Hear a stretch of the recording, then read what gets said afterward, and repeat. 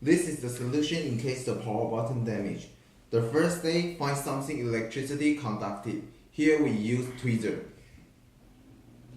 Second, touch the solder outside the power button and hold for 2 to 3 seconds till the light on.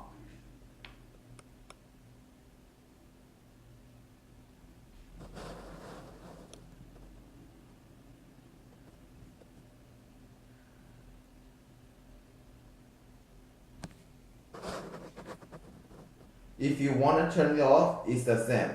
Just repeat the second step.